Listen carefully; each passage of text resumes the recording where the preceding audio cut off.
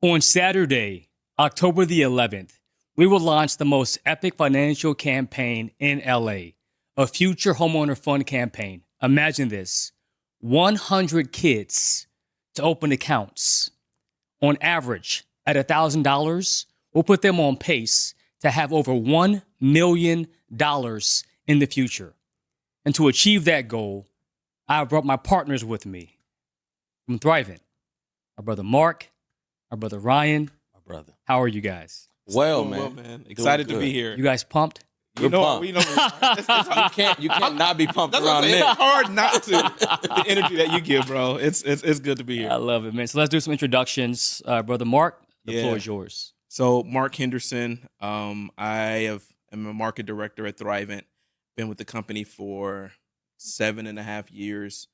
Been in the financial business for 15 years.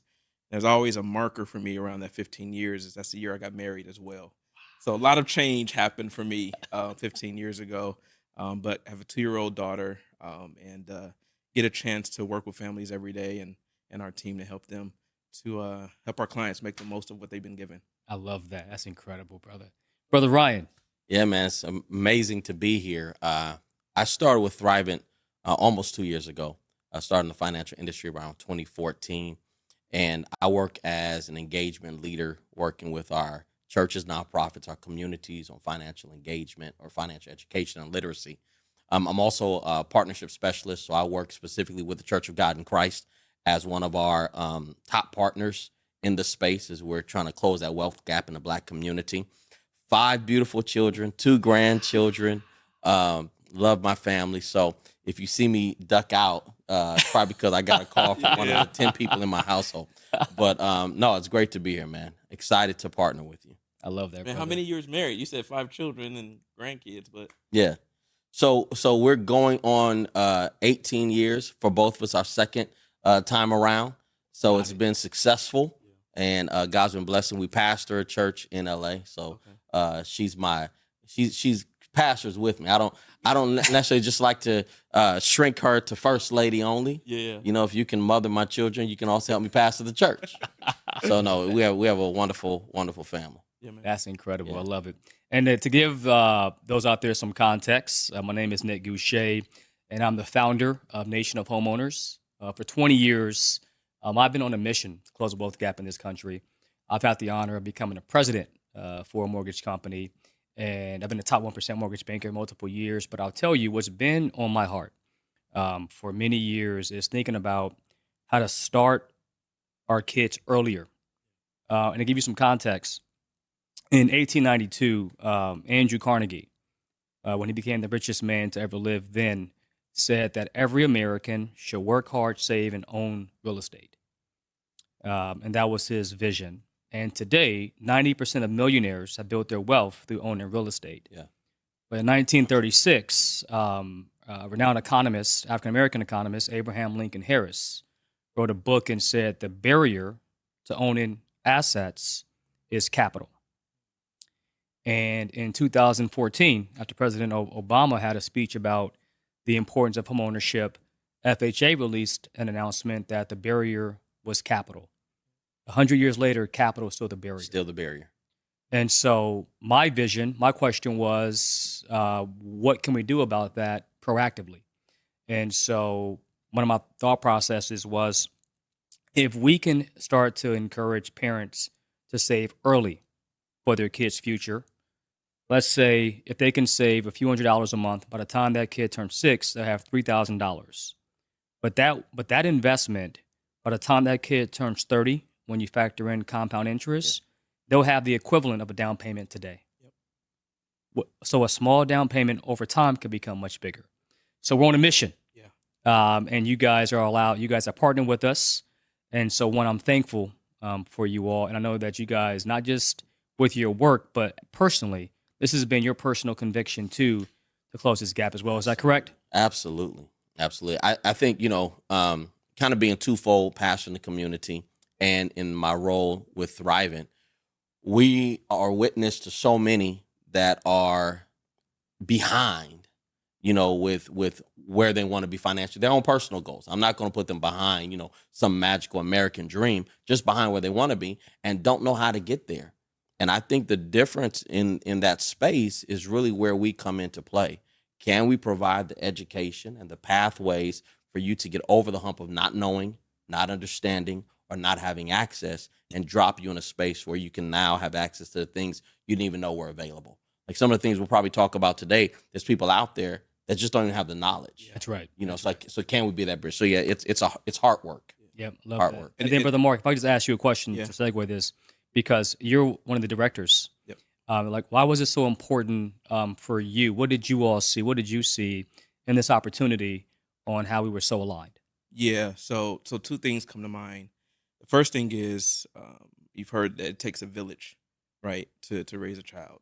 And I think the idea of partnership, not with just a financial services company, but with churches, with nonprofits, with entrepreneurs, is so critical to achieving this mission. And so I got to a point in my career where, from a capacity standpoint, there was only so many families I can meet with.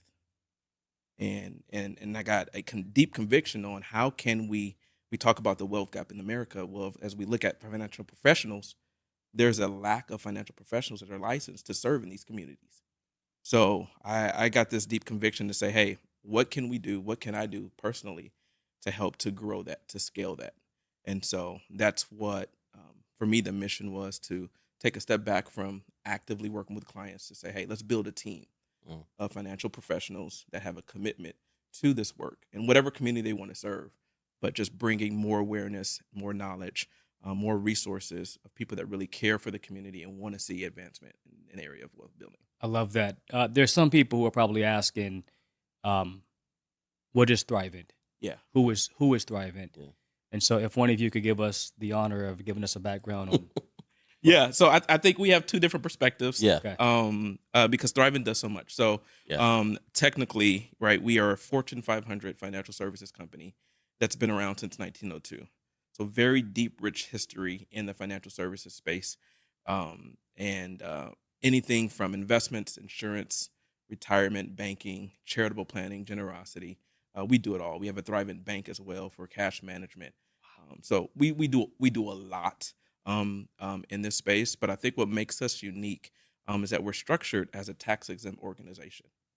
And so if you think about a non-for-profit or nonprofit as a 501c3, we are actually structured as a 501c8, which allows us to The parent company. the parent company. Interesting. So it allows us to do really great things, including partnering with organizations like yours to do things in the community that other financial services companies may or may not be able to do. Wow. So question before I go to you, Brother Yeah, Ryan, yeah. because now you, as an entrepreneur, you got my mind going. I got many companies too. As I'm an like, entrepreneur, yeah, right. Oh, Right, wow. right. Wait, okay. So if you do know the answer, so as a 501c8, Right. is that like quasi for profit, quasi NGO, or how's it operate? Yeah, so we have a few different entities. So I talked about our insurance division, right? So there's Thirvent Financial for Lutherans is what the technical name is, right? Then there's Thirvent Investment Management Company, right? That's our wealth management company. Then there's Thirvent Bank. So there's a few different entities within the Thirvent brand. But the fraternal side, this 501c8, there's this common bond amongst our clients that when they come on board and they purchase certain products, they have access to some generosity programs. And part of those generosity programs allows us to partner with the community. One of them that's pretty cool is called an action team. And so every client that comes on board, this is not their money. Thirvent gives them up to $500 per year to just go and do good in the community. Got it. When you have that common bond, it allows us to do some really creative things. Wow. We got to talk after this. I love that. Brother Ryan? So I mean that's I think where I kind of operate. Yeah. Is I operate within those dollars. So while Marc is focused on bringing in professionals to really work in our professional space, if I can call it, of bringing people in to be clients, I'm working with them to, number one, help them understand and discover those benefits that come along with membership, working with our communities to discover what are the areas where Thirvent can partner to come alongside and journey alongside organizations to help them fulfill what they're looking to do, like we're doing here. And then open doors for those financial advisors that Marc hires to be able to engage with the communities that we've been generous in. Love that. So if I'm able to come to an organization and, for example, we have a parent that opens up an IRA for their child, and that parent says, well, what do I do? Financial advisor, come along with me and work with this community that we've just opened this door for them to have better understanding of what we do and their financial capabilities. Wow. So our generosity side is not a name, it's an entire division. You know, we call it membership in some respects, but the generosity side of what we do is a division within our company. Wow. It's not just something we talk about or a check mark or a line item on a paper. I love that. Yeah. One of the things we were talking about prior to this recording was this stubborn wealth gap Yeah. in this country. There was a report that was published in 2017 called The Road to Zero Wealth. It was published by Prosperity Now, a think tank of economists in D.C. And they said if the racial wealth gap persists in this country, by 2053, the median African-American household will have negative or zero wealth. Wow. And 20 years later will be Hispanic families next. So I know even though we are a organization that serves all Americans, we're inclusive, there is a very unique need to serve those who have been underserved. Yeah. And so speak to what you guys believe would have been some of those barriers and challenges that have caused this reality today for so many people. Yeah. Man, I'll never forget this. A very high-ranking individual in our community, well-respected, someone that is known among millions, was at a financial seminar. Was that me? Was that No, it wasn't. Okay. I said, let me mess up. I said millions. Oh, no. Okay, got it. Oh. The prophecy. Oh, got it. Not billions. Not billions, right? Right. But there was a question that was brought to the floor that I was shocked he didn't know. It was a simple banking question, but I was shocked he didn't know. Because of his status, my assumption is you know that. But the fact that he felt safe enough to ask it, I'm sure, was a courage moment for him. But it also proved that it's not just about high-level investments. It's not about the yield of an account. It's not about IRAs. It's just simple financial and banking knowledge that's missing. And the reason it's missing is because some of our communities don't know much more than you get money, you spend money, right? And all the tools that I'm given, they just work. I take my car to the mechanic. I don't look to see how the doohickey works with the doohingy. I just know here's the money, fix it. That's right. Right? So if something happens in America and I got to fix my own car, there's some things I know how to do, but for the most part, I'm going to be stuck. And that's what's happening. They're getting stuck because the information is not in the community on some very simple things.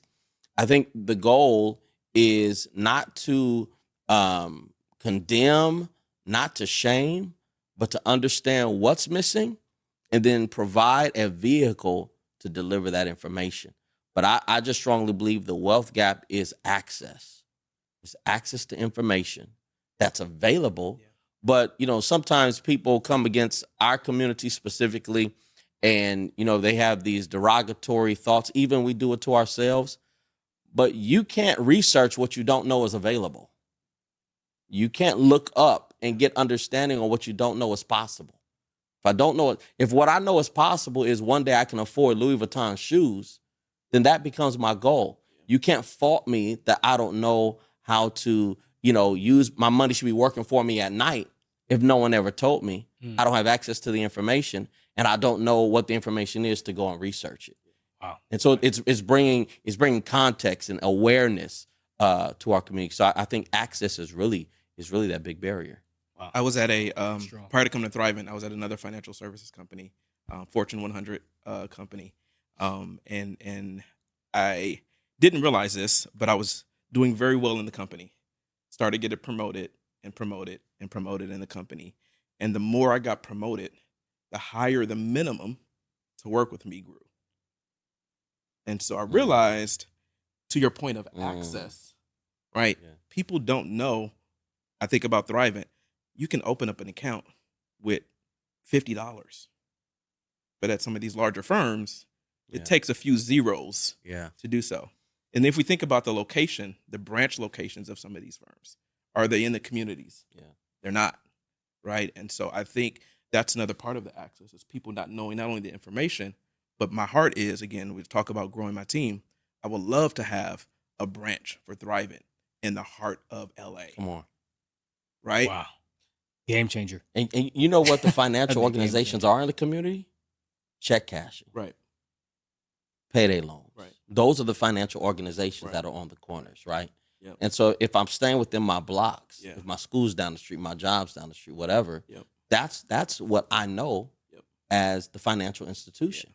And then there's this misconception that there is not wealth in the Black community Yeah. too, Yeah. Yeah. right? I think Speak about on that, please. Right. Well, I mean, I was on a call last night with a small group from a church, and we were talking about caregivers, and they are caregiving for their parents or loved ones, and not knowing what to do with their accounts and whatnot. So we were having this estate planning conversation, and as we were talking, a lot of these people, the people that they're caring for, have purchased houses in the '60s. Yeah.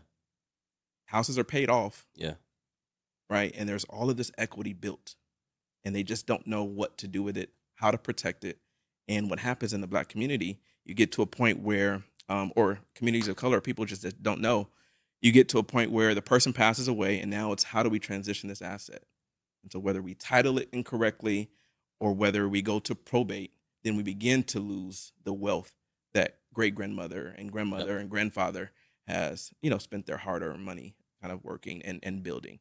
And so that's one of the things that, my goal is to try to educate and communicate to people that there is wealth in the community, but we have to figure out how to capture it and then transfer it to the next generation. I love Got that. it. No, that's incredible. So I think we can all agree that access to information Yeah. is critical. Yep. One of the things that I think about as you guys are speaking, in terms of why I think I'm even here with this concept, might have been 2013. Yep.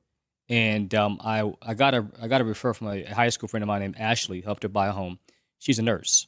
And then she had a RN who's about to retire to want to refinance some of her properties. I go to her home and she tells me that she has all these different assets. And she has sons who own homes. And they might have been in their mid-20s. And I said, they own homes in their 20s. Today, the average person is 38 when they buy their Yeah. first home. And she said, Nick, I started saving for them when they were young. Mhm. So first it was bonds and mutual funds and just a little bit of here or there. And then you realize it might be $30, $60, $90, but over time, Yeah. Yeah. with compound interest, it becomes a lot more. Yeah. And so she said, when they bought the property, my gift for them was the down payment. Yeah. That's amazing. And that's what sparked this whole entire That's idea. amazing. That's pretty good, right? Yep. And so when I think about that, I think about myself as a father because I have kids. Yeah. You guys are, by the way, you said 18 years now married. Yep. And you said 15? 15. I'm 15. Wait, hold on. We got a tiebreaker. I can't be the lowest guy. When you guys get married? September 25th, 2010? 2010. I'm January. Okay. You're the lowest You guy. got me. It's all good. I'll take How it. is he competitive? Think about the wedding. on everything, on everything. But I do. So you know what? I do think that there is a stereotype about African American men, and not being married, not Yep. being in their families' homes. For sure. And so here are three men, 18 years, all over a decade plus. So together, that's 48 years. Come on now. Come on. Talk to me Come on nice. now. Come on now. What do you think as a husband, being married to two amazing women, my wife and Natalie? Tomorrow is her birthday. It's go. incredible. What do you think it takes to have a successful marriage in today's world? Yeah. Deference, brothers, 18 the- years married. I'm going to so I start was with looking 18, first, then man. we'll transition. Yeah, he's gonna go last. And then I'll go last. I'll give you two really quick. One is couples are afraid to talk about having a plan for the failure.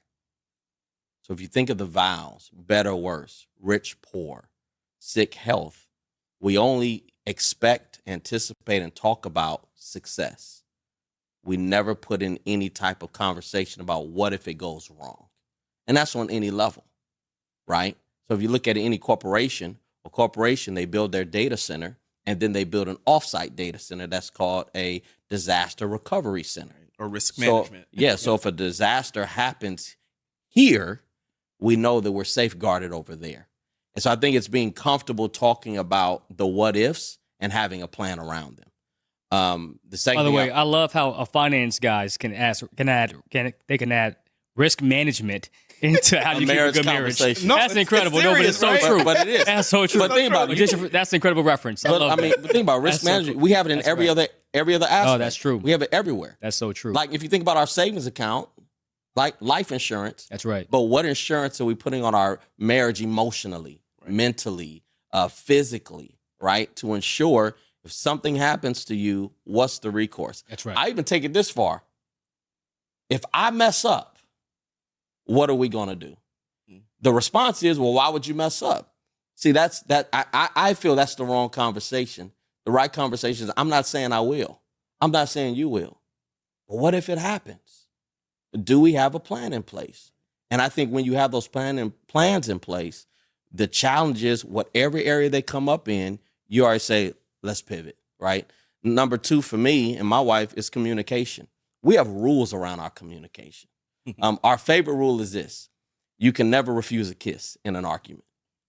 So if we're arguing, whether our voices are low or they're starting to raise, whatever, if someone says, give me a kiss, you have to kiss them. I'm biting you. You the wrong one for that rule. You the wrong one for that rule.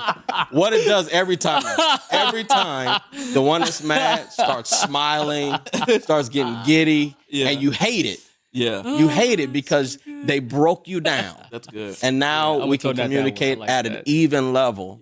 But we have rules around our arguments, our That's good. communication. I like that. And we put these rules in place, not in the middle of argument, before arguments happen. Again, we thought about if an argument goes wrong, what are the rules we need to put in place to always bring us back together? But those are my 2, is plan for the failure that you pray never happens and have rules around your communication. Wow. No, I love that. That's actually that's really good. That's a book in you, brother. Yes, I see it. So if I hear anybody, where's the camera? If I hear anybody put that out before I do, I'm coming for you. Those are actually strong. I would tell you, perhaps the best gift for me is my wife in my entire life. In 2008, when Alexis was just 1, my oldest is now off to college, brothers, in like a few weeks. A few weeks, man. You got this. Remarkable. And but she was 1 at the time. And we weren't married yet. My wife wanted to have the family. She wanted to be married. We already have the kid. We were together for almost 2 years. And I was still, being young and dumb. Yeah. And remember, we went to dinner one day out in San Pedro. And I had all these plans about being a business guy. I was like 24 at the time, 25. And I wanted to do all these things. She said, listen, I'm with you. If you were in a cardboard box, we're here together. I love it. Man, when she told me that, it's the first time that somebody, and besides my mother, who I knew like loved me thick and thin. Yeah. Didn't matter the price. And she's been solid like that all the way through. And I think that I try to honor that. Yeah. And I also think as well that human beings are very short-sighted. We're pleasure-seeking individuals by and large. So it's easy for us to take a short-term pain, make it a long-term solution like a divorce. Yeah. Happens too often. Yeah. And so I think one of the things that we try to have the same North Star, because arguments happen. There are good days, there's bad days, some worse days, right? But if we know why we're here and when we made that covenant in front of God, that meant something. Yeah. And so I love, to your point, is not because when things are good, there's no reason to. It's easy. That's easy, right? Marriage matters when it's not easy. Yeah. And I think for us, she's helped me understand that over time. Which You is just incredible. gave me the title to the book. Marriage matters. Marriage matters when it's not easy. Solomon, you got that? Yes. got it. You gonna do We got forward? I got We you. got to put I a got risk it. management in the subtitle. Where's risk management going to be in the subtitle? Risk management for successful marriage. There you I go. love it. Marriage matters when it's not easy. I love it. Yeah, All right, let's That's do good. this. And then, Brother Mark, you tell us, what do you think? It's along the same vein that everyone is sharing. Early on, Errol and I had this vision this epiphany that we're on the same team. We come from very different backgrounds, same LA community, but our upbringings were very different. And wanting to make sure that what we built and what we're trying to build and what we're trying to achieve, regardless of arguments and whatever it is in life, that we're on the same team. And so I think about, we had challenges getting our 2-year-old here. Infertility challenges. It took us 12 years, and where we heard recommendations of, fostering or adopting and all these other things. But we had to keep coming back to the center of this is our team. This is what God has designed for us. And so whether we have kids or whether we don't, that we're going to be okay. So I think having a partner that gets this idea of like, we're doing this together. And so I think about what we're talking about here, wealth building. Neither of us come from some sort of plan around wealth or accumulating or real estate. I would think in my family, maybe 2 or 3 people own homes and everyone else are renters. And so the conversation around wealth building was not had. And so again, there were these key areas that we knew that we wanted to get right. We wanted to build something. And so what would it take for us to be on the same? What did that mean for us to be on the same team? And so our Hindi is a smaller name of Henderson. And so it's this idea of honoring the past, but building something new. And so it's our unofficial last name. I love that. I love that. I love it. The Hindis. That's incredible. Hindis, yeah. One of the things you mentioned about having a family of renters, most people don't think about, besides the wealth building, which is super important, there are other aspects that are benefits to home ownership. Yep. When you think about raising the kids in homes that you own and the family that you have and the home that you guys own, what do you think are the benefits of raising kids in homes that you own? Yeah, I mean, I think, so the first thing that comes to mind is delayed gratification. Yeah. Right? This idea that Marielle doesn't know that we own a home. She's 2 years old. She knows that this is her room and she's creating a safe space. And so I think right now what we're trying to, and I think about the benefits of owning a home, is this idea of stability, this idea of giving us options, and this idea of, as I think about, this is actually our second property that we have, allowing another family to benefit from our ownership. Yeah. There's a family at our church who was looking for a place to live, and we were blessed to have the first property that we bought. That's right. To have a family at our church living in this home. And we have, under market rent because we want to be a blessing, but we have the equity. I love it. I love that. We have the cash flow. That's so incredible. It's not hurting us. And so I don't know that Marielle or Ariel, we don't really feel the benefits yet, but we're seeing every year how things are heading in the right direction. And so it just gives us a really good feeling that, 20 years from now, these homes will be paid off. What can we do? That's How right. can we build and how can we, No, that's good. We've had our kids in both a rental situation and ownership situation. And I think the benefits were the level of cash flow that came into the house.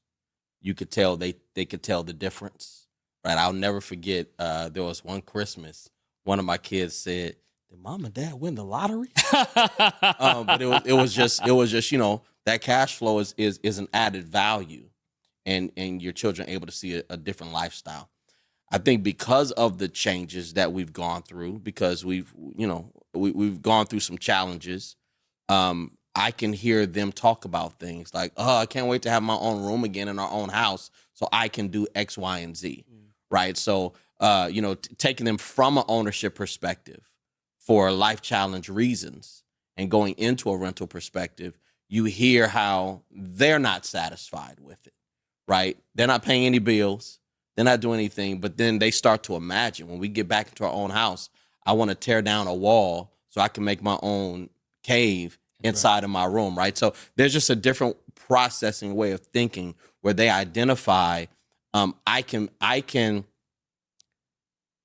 not going to say be a different person, but I can operate differently in my parents' house versus, and what does that do? So now I understand I can operate differently in my own business than an employee. I can operate differently in my own marriage than just always dating. I feel my preacher voice coming. Let me. I felt it. Let me back off. Did you see me turn? But I think it puts you in position to where you start to see. I'll never forget this, man. It was the most magical moment for me, even though it was a spoiled moment. There was a father and a daughter, and she said, "Daddy, I want this." He got it. I'm in the store and I'm watching this, and she's not being sweet. She's being like, "I want this." And he got it. I want this. And he got it. She's a little girl. And what I noticed was she's going to go through life believing anything she wants, she can have. Because her dad is showing her here. Now there's another side of that, right? I'm hoping that let's assume positivity. But what would happen if our children in our communities had what they wanted? Not without, rules and all of that and working for it. But a lot of times we have to say no in some houses, not because I'm choosing not to, it's because I can't. And I think ownership changes that game for you. Now I'm telling you no because it's an option for me to say no, not because it's the only answer I have. Strong stuff. That is strong stuff. Marriage matters when it's not easy. Chapter 2. I think what I've also seen, one of the other benefits, it doesn't directly impact our household, but it's the idea of access. I've seen other couples believe that they can own homes too. I love that. Because we've went to college together, or high school together, or church together. And where it seems intangible, there's a couple that we know that has done it. Maybe we can do it too. Yeah. And so I think that's been a huge benefit for me to see other homeowners in my friend group begin to raise it up. Yeah, no, look, I think that one of the things that you guys are both touching on that's maybe the most powerful gift you can give somebody is belief. Yeah. Everything begins with belief. Don't talk to me about it. I'm 2 days away from Sunday. No, but we actually wrote a book. This book's incredible. It's probably the best book ever written on homeownership. Not my words, this is what we're hearing about it. It's called Nation of Homeowners.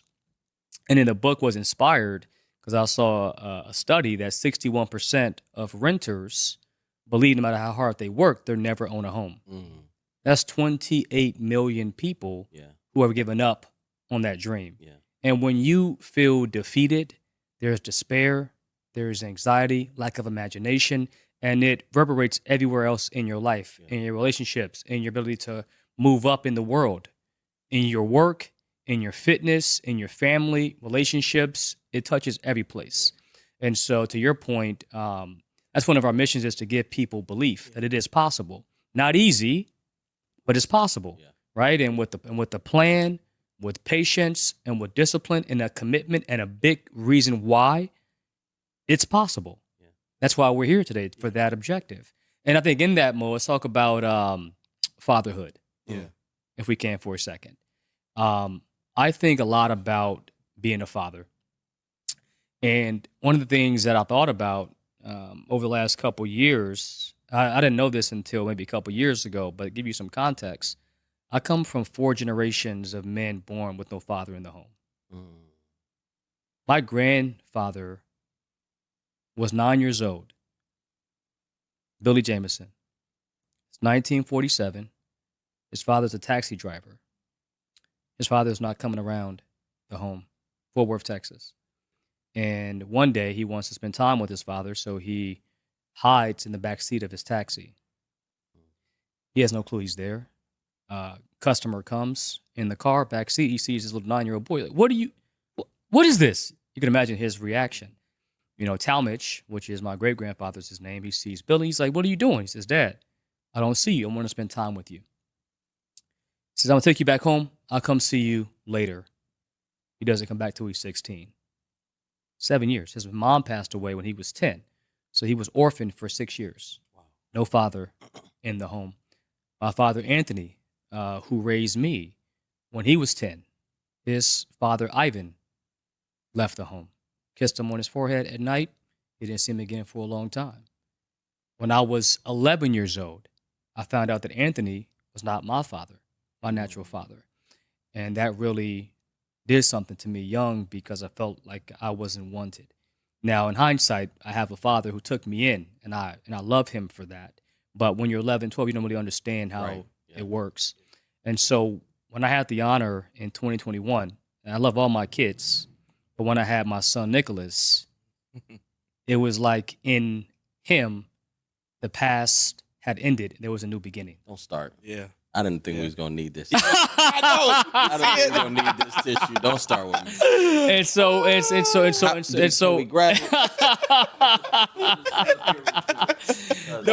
but I'm saying, so I really like I want to be a great entrepreneur. Yeah. I want to be a great philanthropist, but more than all of that, I want to be a great father. Yeah. And I want my kids to know like my dad was my hero. Yeah. And so I spend a lot of time thinking about their future. Yeah.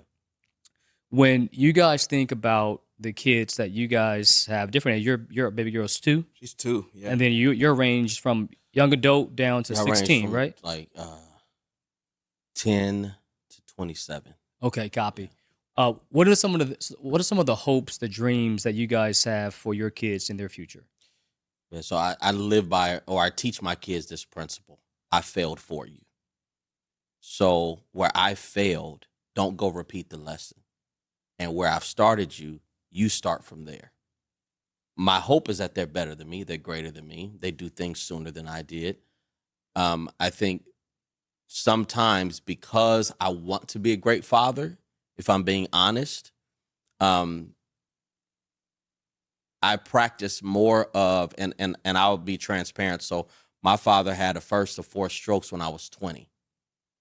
He's been not the hero that I knew growing up for those first 20 years in the last 27 years. And so I tell my kids all the time, there's certain ages you are that I wasn't fathered at those ages, right? I was fathered at 10. I was fathered at 16. I wasn't fathered at 27. So there's a lot of practicing I'm doing with the older kids because I wasn't given the example, not because my father didn't want to be there. He couldn't be there. Then there was a lot of things that I discovered on my own that I didn't get taught. Mm-hmm. I know my father made a lot of money. I know my father owned house. I know he was a big time executive. Do I have the details of what that looked like? No. Right. So I'm having to discover what all these things are. So since I did all the work to discover this, don't you go do all the work. Like, lead now life from the work that I did with the work I didn't have done for me. Wow. And I think that's my biggest thing for them is, recognize where I've already learned and you take off from there. Wow. That's Okay. powerful. This morning, That's it's funny. My daughter does this often. So she wakes up at about 5 o'clock in the morning, and either my wife and I will go get her out of her room, bring her in the bed, and we'll just have our little morning routine. This morning, I got up to do my shower routine, and she said, "Daddy, no, stay with me." I said, "I have to go to work. I have some things I have to do today. Can you just stay in the bed with me?" And it reminded me of the privilege and the benefit that I could actually, for another hour, I Yeah. can stay in the bed with you. Yeah. Wow. Right. Hey, Ryan, go ahead and pass it to me, dog. I'm real trying quick. to tell Let me you, get man. that. He has it happening. I've had jobs before. I think about being, I was a renter before, and I had obligations, and I had to. Yeah. If I had to leave the house at 6, there was no being able to stay for an extra Yeah. hour. And so I come from very similar. My father wasn't around growing up, and so little things like that of just honoring what she wants. To your Man. point, giving her what she wants. See. Is for me just the joy and what I want to be able to pass on to her. I love that. Is that you can create a life that you can do what you want to do. You don't have to be limited to income or anything else. You can build a life that you want. And so, but I think a part of that is me setting her up so that she can do that. That's a Yeah. that's a phenomenal segue. There's a young woman out there. She's 35 years old. Her name is Jessica. There's a young man out there named Michael. He's 37, and he hears this, and a lot of what we're saying relates in some capacity. Yeah. and they're looking down at their kids and they're saying, wow, if I could help my kid early begin to save for the future so they can have a better life. You said that your job is to fail for them, Yeah. correct? Which is incredible. That's my next book. I was going to say that. I was gonna I say, already got that that's book number 2. No, I already have that one written down, sir. Nick, you let me see that. Fail for them. We have a different podcast. No, that's in a book already. Is it? Okay, I love it. Yeah, no, I'm already pinning that one. Okay, I love it. I love it. I love it. Is it already copywritten? Nick? No, I'm just It's being recorded. I'm just Right. I'm Where's the just- Can you turn the camera on I'm me just again? I want to make it clear. Anything that comes out of this podcast that Nick produces, I said it first on here. No, we definitely got to write something together. no, Too much 100%. coming No, out of it's this. so good. Too much coming out of this. But these two are saying, you know what? These guys are just like me. They're professionals, maybe different levels of whatever they might be, but I relate. Yep. And they want to know, where do we start? Where do I start? What do we do first? First thing, maybe for Marc, for you as the financial professional in this space, what do you say to those parents? For one, for them, because they have their own retirement For sure. strategy, they have their own financial needs. They might think maybe it's too late for me because my time has already come. What do you say to them to encourage them to start, and also the importance on why they should start early for their kids? Yeah, I think one of the things Ariel and I did very early on was meet with actually a financial advisor. We knew through marriage counseling, we heard that communication, intimacy, and money were kind of those 3 areas that could jeopardize your marriage if you weren't on the same page. And the money thing, we didn't have anybody in our community that we knew to help us get that right. And so I met with a financial advisor. Now, meanwhile, I don't think Ariel was working at the time. I was probably making $30,000 a year. We were renting, so we didn't have the assets or the income to do anything. We had student loan debt, we had credit card debt, but we knew that there was a lot that we didn't know. And so I'm so grateful for that financial advisor who took us in and just helped us to create a plan. He didn't make any money off of us, but he just helped us to establish and start a plan. And so I think that's, for me, the first step. And actually, let me take a step back, because I've had a horror story where I've had a married couple come to the office. The husband didn't know that he was coming to a financial planning meeting. The wife was bringing him to a financial planning meeting. And so it was very hard to start that meeting. So I'll say first, get on the same page that this is important. And once you guys establish that this is something that you want to have a plan for, then meeting with a financial advisor is important. And starting small. It doesn't take much, whether it's for you personally from a retirement standpoint or for your kid. It doesn't take much to get started. So, yeah, my advice would be just to get started and meet with somebody that's qualified to do so. I'm so pumped right now, guys, Yeah. because I know that there are thousands of people who are going to see this. And my message is our vision. Just imagine for a second. When we succeed in this mission, starting small with 100 kids, to get 100 parents just to make a choice to take the first step, which is number one. And for the next few months, we're going to be all over social media, champion this crusade. If we help 100 parents activate 100 accounts with an average of, say, $1,000, that's $1 million, right? That they'll have collectively. If you compound that over the years, they will have such the head start that we or their parents never had. So my message to those watching this, the Future Homeowner Fund is the future. And we're on a mission initially for 100, then 1,000, and in 10 years, listen to me, in 10 years, we're going to create 1 million future homeowners with this crusade. For every parent who listens to this, wherever you and I started, that's okay. All we have is right now. Yeah. But those kids, our sons, our daughters, they deserve better, and we will give them better. join this crusade. We start off in LA, and together with Nation of Homeowners, with the Goucher Foundation, and Thirvent, we're going to change the world. That's it. We are. That's it.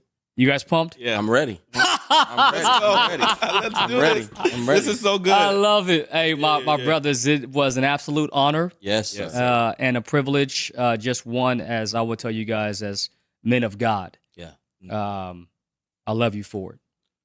Right back at I you. love you for it. I love the fact that God has allowed your purpose to find its assignment. Mm. I'm grateful that you guys say yes to your calling. Yeah.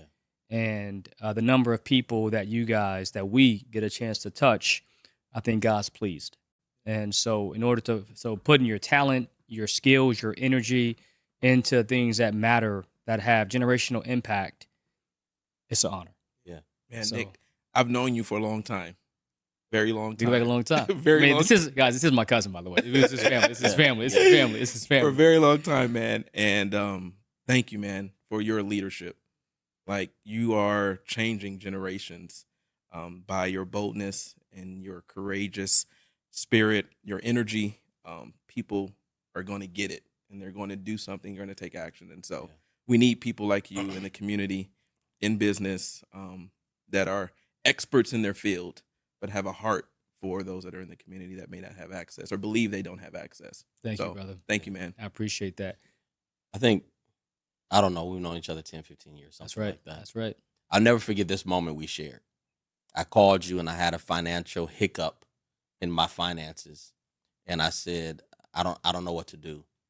And you took the time to share a very sensitive moment that happened in your life with your finances and the challenge, the process of recovery, and what happened. And that gave me hope.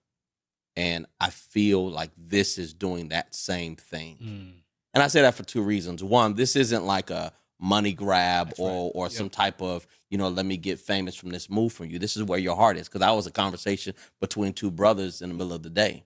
But I'm seeing that same thing played out. And I was with a group at a church doing a workshop, and I asked them this question.